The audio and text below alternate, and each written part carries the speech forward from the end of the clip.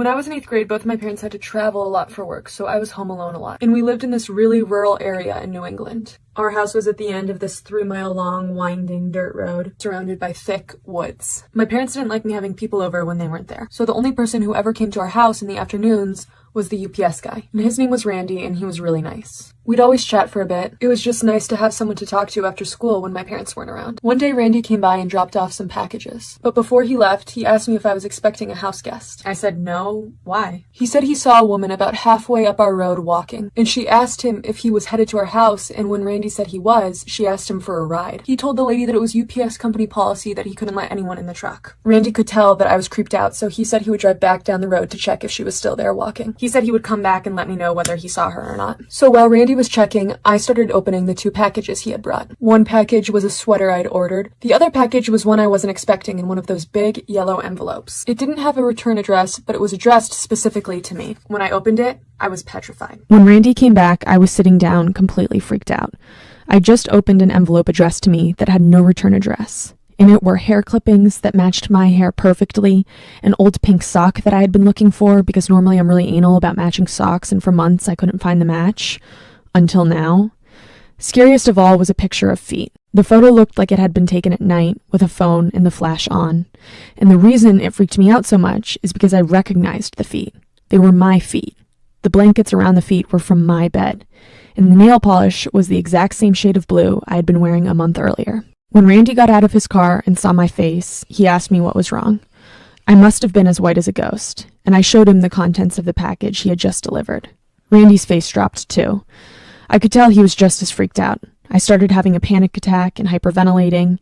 He said that I should go inside and lock all the doors to be safe and to feel safe. He said that if I wanted, he could stay with me for a little bit, but then he'd have to get back on the road and keep delivering the rest of the packages. We had some mint tea, and I finally calmed down. Randy told me he didn't see the woman who had been walking up the road when he went back to check. Nowhere to be seen. Then, after a bit, he said he had to go. I didn't blame him. He still had work to do.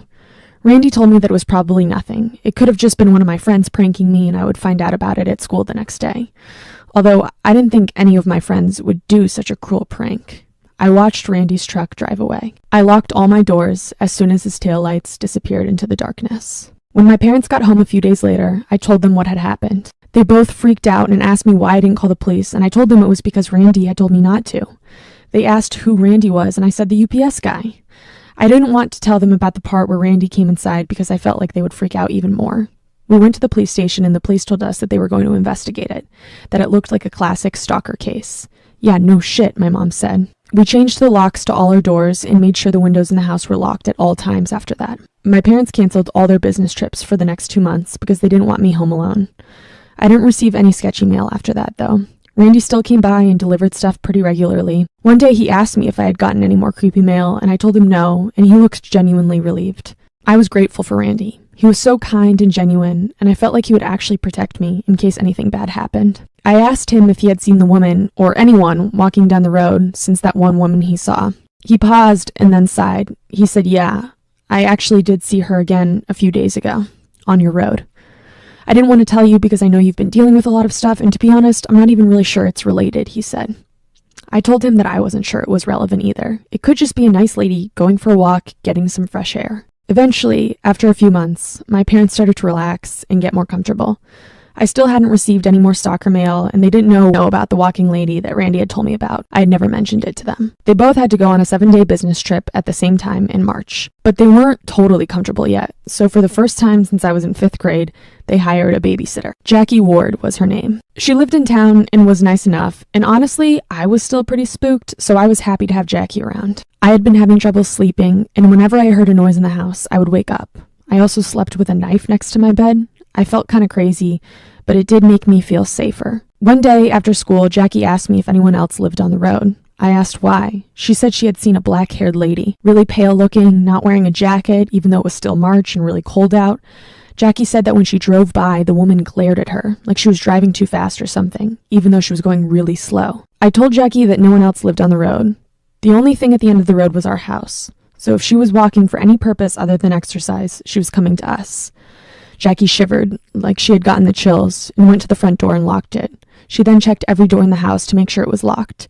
Afterwards, she turned to me and smiled. Just to be safe, she said, winking. Later that evening, we were watching TV, and there was a loud knock on the door. We both jumped. Don't move. I'll get it, Jackie said. She slowly crept towards the door, and then I heard her exhale loudly and laugh. Oh, it's just the UPS guy, she said. She opened the door, and Randy was standing there with a few packages in hand. I came over and said hi. He handed me the boxes. Oh, and one more thing. He went back to his truck to get the last package. When he turned around, I could see what was in his hands, and my heart dropped. A yellow envelope, just like the first envelope that had my hair and the picture of my feet. Randy glanced nervously at me when he handed it, like he also recognized the similarity between the first stalker package and what he was handing me right then. Jackie was confused and asked if everything was all right. I told her about the package from a few months back and how this was the exact same type of envelope again, with no return address. Well, we have to open it, Jackie said. In case it's another one of those letters, we have to take it to the police. Jackie was right, so I slowly tore open the envelope and looked inside. There were old hair ties that I recognized, nail clippings, and again, pictures. But this time, the pictures were of me at school. Through windows when I was in class, me walking out of school in the parking lot, one of me walking into the bathroom, and that picture was the creepiest, because it looked like it had been taken from inside the school. Jackie lost all the color in her face. She was more freaked out than I was. Randy looked worried too. He told us we should definitely take the letter to the police for further evidence. Jackie and I got in the car immediately and drove there right away. The police took the letter and told us they would run prints to see if they could find any matches in their fingerprint database. We stayed at the police station while they did that. When the officer came out, he said that they had found a match. Randy Douglas. He was in their database because 7 years ago, he had been charged as an accomplice to an unarmed robbery of a 7-Eleven. I told them that Randy was the UPS guy, so it would make sense that his prints were all over. I was surprised, though, to hear that Randy had a criminal history. But I guess everyone has a past, and everyone should have the opportunity to rewrite their future if they're motivated to. So I wasn't judging. When Jackie and I got home, the door to our house was ajar. "Fuck," Jackie said. "I think I forgot to lock it." I told her not to worry, the wind sometimes blows the door open if it's not locked. But a few minutes after we got inside, Jackie realized she couldn't find her laptop. I ran upstairs to see if mine was still there, on my desk where I always kept it, and it was gone too. I went into my parents' room and opened my mom's jewelry drawer, and all her jewelry was gone. Our toaster was missing, a pair of boots, my dad's ski jacket was gone, our cast iron skillet had been taken. Creepiest of all was that my dirty laundry hamper had been emptied. I only had a few things in there because I had just done laundry. A few pairs of dirty underwear, a t-shirt, my track uniform. But they were all gone. Jackie was already calling the police when I went back downstairs. They were at our house for a while, looking for evidence. They examined the tire tracks in the mud outside our house. The weird part was that it looked like there were only 2 different types of tire tracks. Our cars and what must have been the UPS truck's tire tracks. But the police said it was pretty wet and messy in the mud, so it was really hard to tell. There definitely could have been a third type of track that they couldn't see. They told us that they would station a cop car at the end of the road for the rest of the week, to watch for anyone who drives up. That made me feel better. A few days later, Jackie and I went to Trader Joe's together. My parents would be back the next day. Jackie really wanted to tell them what had happened, but I convinced her to wait until they got back. We were in the dairy aisle when all of a sudden, Jackie gripped my arm really tight. "Ow," I said. "That's her," Jackie whispered. "The woman I saw walking on your road." The woman was looking at eggs and didn't see us. She looked exactly as Jackie had described. Black hair, pale, slender, like she needed to eat a hamburger or something. Jackie and I hid behind the aisle watching her. We didn't want her to see us, but we also looked really suspicious hiding behind the chips and salsa like that. People were giving us weird looks. We watched as the woman checked out. I could hear the cashier ask her how she was doing, and she didn't say anything back. She didn't even smile. Then I noticed something familiar on her. She was wearing my mom's jade necklace, one of the pieces of jewelry that had been stolen during the robbery a few days earlier. I told Jackie and she said we had to follow her so that we could get our license plate number and then tell the police. The woman walked out of the Trader Joe's automatic doors and we followed. I couldn't believe when I saw the car she was walking towards. A brown UPS truck. "What the fuck? She works for UPS?" Jackie said incredulously. "Maybe she stole it," I whispered. I took a picture of the license plate number discreetly. I called UPS to report the vehicle. I told them that I thought one of their trucks had been stolen because we saw someone who definitely wasn't a UPS employee drive off with it. Or if she was a UPS employee, then she also was a thief who broke into my home. They asked for a license plate number to look up. They told me they didn't have a truck in their system with the plate I provided. I was confused, but then, for some reason, I found myself asking them to look up the driver, Randy Douglas, because the truck looked a lot like his, although I know all UPS trucks do look the same, of course. I could hear the operator typing and then exhale over the phone. It crackled in my ear. "We don't have a Randy Douglas as an employee at UPS, ma'am." "What?" I said. "Yes, you do. He comes to my house like every other day to drop off packages." The operator asked for my address, and I provided it. "No, that's not right," the operator said. "Protocol for your address is to leave packages at the end of the road. We never send drivers down back roads longer than 2 miles. My eyes widened as I looked at Jackie. "What?" she said anxiously. "We have to go to the police right now," I told her. "It's Randy. It's been Randy all along."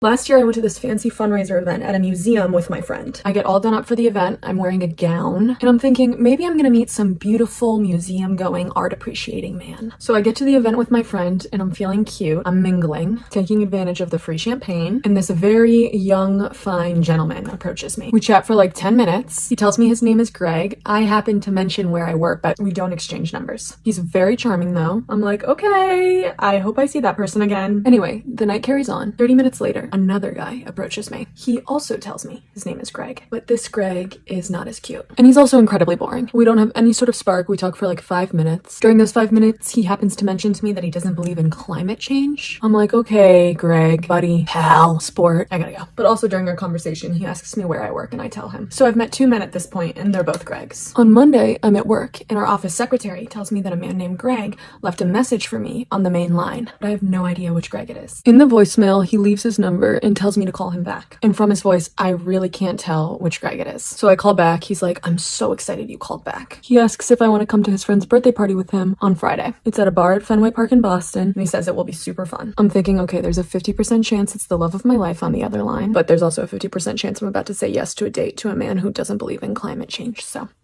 But honestly, this sounds like fun Greg because I feel like fun Greg would have fun friends who celebrate their birthdays at bars. So I say yes to the date. Fast forward to Friday night, I walk into the bar and literally the first person I see is boring Greg. I'm like, and he's like, "It's so good to see you." I'm like, "Same, I am so pumped to see you." And then I hear someone say my name behind me and I turn around and it is the other Greg. Hot, cool Greg. I'm like, "What?" And I don't know which one invited me to the bar. So I'm like, "Oh, hey Greg, have you met Greg?" So the three of us are talking for like 20 minutes and I'm thinking, okay, this is ridiculous. I need to figure out which of these men I'm on a date with. So I strategize. So I decide that the only way I can figure out which one I'm on a date with is if I call the Greg whose contact I have saved in my phone, because the Greg who invited me gave me his number. But I obviously can't call right in front of them. So I tell them that I have to go to the bathroom. And then I hide around the corner of the bar and I call the Greg I have saved in my phone. And then I'm not kidding you, both of them look at their phones at the same time. So I'm just like, you know what? F it. And I leave. And I never heard from Greg, either one of them, again.